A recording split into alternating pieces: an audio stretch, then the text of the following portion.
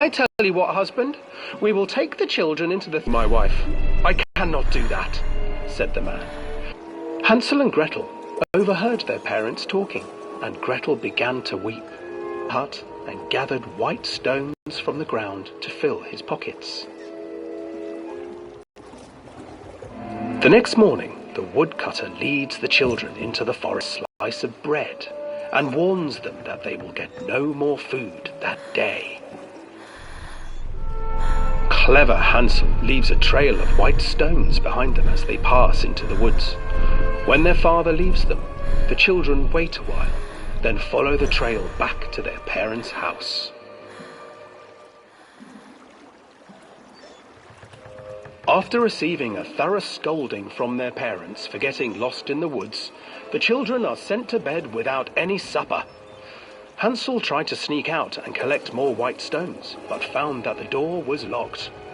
"Tomorrow I will take them into the woods myself," the wife told the woodcutter.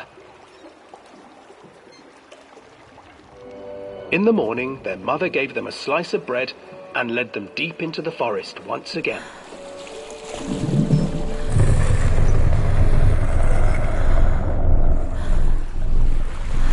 Hansel broke his bread into pieces and left a trail of breadcrumbs to lead them safely home.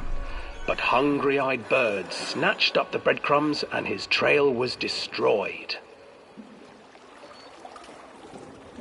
Abandoned by their parents and unable to find the trail home, the children wandered in the forest for 3 days.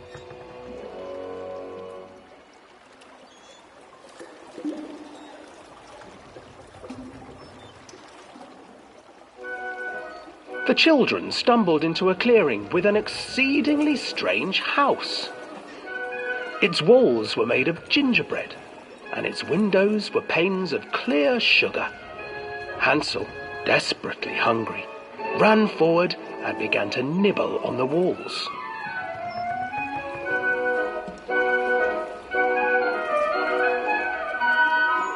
"Nibble, nibble, little mouse. Who is nibbling at my house?" An old woman emerged from the house, sniffing the air and peering around with cloudy eyes. "Oh, you dear children, who brought you here? Just come in and stay with me. No harm will come to you." But Hansel and Gretel stayed back, for the old woman reminded them of their cruel mother. "Come, children, don't be afraid. I have something for you." The old woman offered them 2 enormous lollipops. The children took them and began to eat. "You see, nothing to fear here. Come inside," the old woman urged, and the children, still licking their sweets, followed.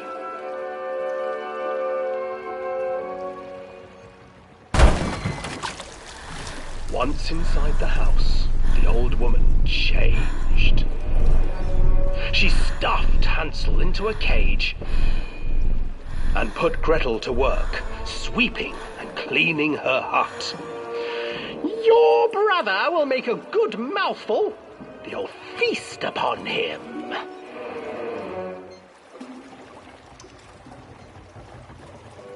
Time passed, and poor Hansel refused to eat, fearing the day that the witch would eat him. The witch, for her part, grew impatient. "Today I will cook and eat your brother, Gretel. Climb inside and light the oven." But Gretel pretended not to understand. I do not know how. Where is the opening?" "Fool," the old witch said. "The opening is here."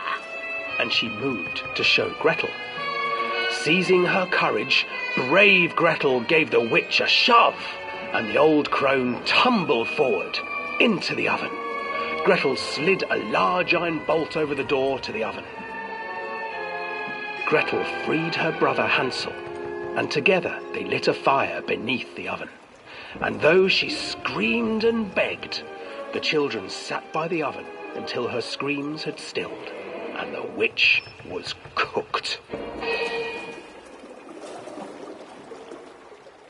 And then, because even children can't survive on sweets, they divided up the body of the old witch and ate her.